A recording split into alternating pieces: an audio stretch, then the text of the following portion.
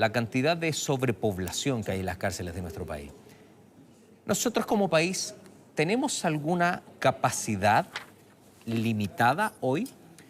¿Cuánto nosotros como Chile, como Estado, somos capaces de recibir nosotros en nuestras cárceles? Mira, para saber si estamos en sobrepoblación, si superamos la barrera, si bajamos la barrera. Yo hoy día le decía a la gente 50.000, 52.000, 48.000, como son los números que uno maneja. ¿En qué parada estamos hoy día? estamos en una situación bien crítica. Y lo explico en los siguientes términos. Chile tiene una capacidad disponible de plazas para personas privadas de libertad de alrededor de 41.700 plazas. ¿Okay? Eso es lo que nosotros podemos Eso es lo que tener. tenemos hoy día disponible, plazas. Ese número de plazas, para que todos quienes nos están viendo lo tengan claro, es el mismo número de plazas desde el año 2012. Chile no ha aumentado el número de plazas penitenciarias para personas privadas de libertad hace más de 10 años. Ya, ¿y por qué no se ha hecho eso? Bueno, ya voy al detalle. Que quiero entregar las cifras para que luego veamos por qué. Discúlpame. No.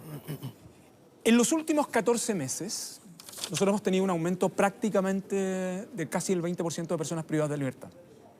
Hay varias razones que podrían explicar eso y que las podríamos conversar, pero en lo concreto hemos pasado de 41.000 personas privadas de libertad de 2021 a 2022 a 46.000, pero en los últimos meses, ya estamos en torno, ayer, de hecho Gendarmería en su reporte, teníamos 49.566 personas. Ahora, ¿por qué este dato es importante? Porque según los datos de proyección de población penitenciaria de Gendarmería en enero de este año, nosotros al primer semestre, los primeros meses del año 2024 íbamos a estar en el orden de los 50.000. Bueno, los 50.000 los tenemos ahora. Hoy. Pero hay un número crítico, que es el que yo he venido advirtiendo hace semanas, estos días, a propósito de una exposición en un seminario donde además mostré los datos, la historia, más o menos lo que ha sucedido.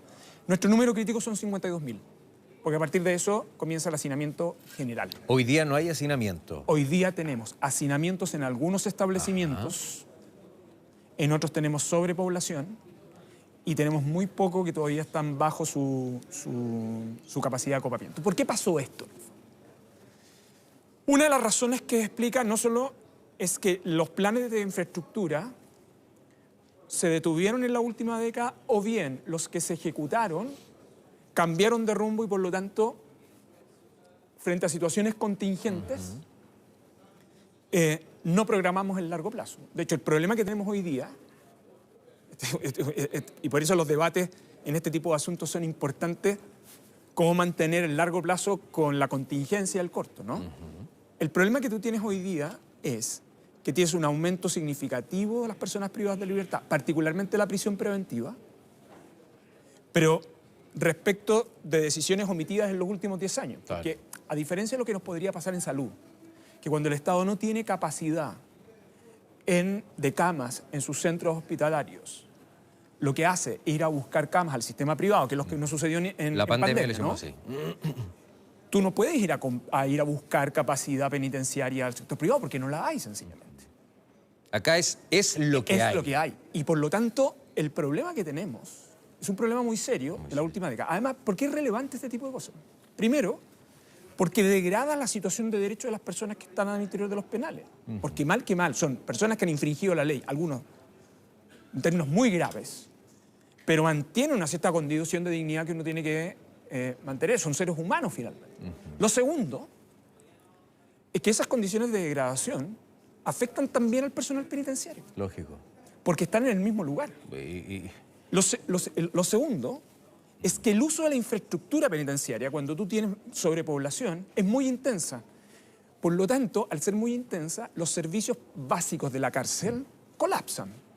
Imagínate una cárcel pensada para 2.000 personas que tiene 4.000, solo piensen por un momento que no nos escucha qué pasa con los servicios sanitarios. Por los baños, claro, eso te iba a decir. Entonces, pero ese efecto además impide que tú puedas cerrar transitoriamente módulos para poder repararlo, porque tienes que seguir ingresando gente. Lógico. Porque Gendarmería está en la obligación de eso. El tercer problema que tienes, ¿no?, es que tus posibilidades de hacer reinserción bajan dramáticamente, porque el objetivo central de tener personas en el sistema penitenciario y tenerlas privadas de libertad es que entiendan que hay un castigo por parte de la sociedad y que una vez cumplida, pero sin embargo la sociedad también asume que una vez cumplida su pena tenga la posibilidad de insertarse o reinsertarse. Cuando tú tienes sobrepoblación o hacinamiento, las posibilidades de tener planes de reinserción se hacen mucho más bajas. Entonces, y el cuarto es que al final del día nos engañamos, pues. Porque lo que uno debiese buscar es que la cárcel tenga una utilidad para prevenir problemas de seguridad futura. Entonces, cuando no tienes posibilidad de reinserción, esas personas tienen una probabilidad muy alta de reincidencia. En consecuencia, es como que postergas tus problemas de seguridad. Entonces, dicho esto, ¿por qué pasa? Bueno, pasa porque en un momento determinado nos quedamos con la idea de que el número de población penal no iba a aumentar, pese a que los datos lo que te decían es que tenías que proyectarte en el largo plazo. Segundo, porque tuvimos tragedias. El año 2010, cuando asume la primera administración del presidente Piñera, y está el exministro Felipe Bulnes, yo creo que uno de los primeros ministros que después de años se preocupa de la situación penitenciaria, tenemos la tragedia de San Miguel.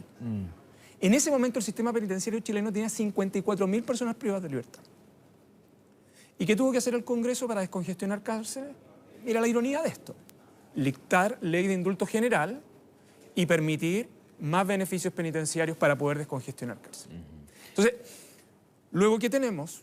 Luego vuelve a aumentar, tenemos los indultos generales que también son conmutaciones de pena que vienen de la pandemia, que era otra manera también de descongestionar.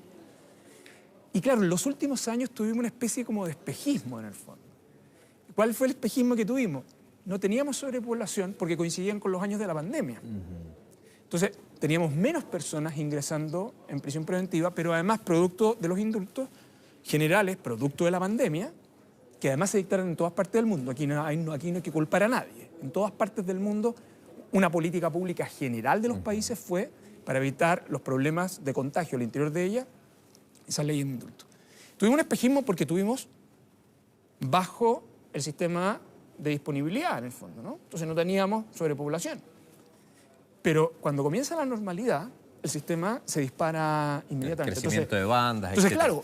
Claro. Ministro, le doy las gracias por la radiografía. Yo creo que una radiografía que merecía todo este tiempo para que lo pudiera explicar y que la gente pudiera entender. Entonces, cuando uno habla de 41.700 número de plazas desde el 2012, hoy tenemos 49.000 personas, casi 50.000.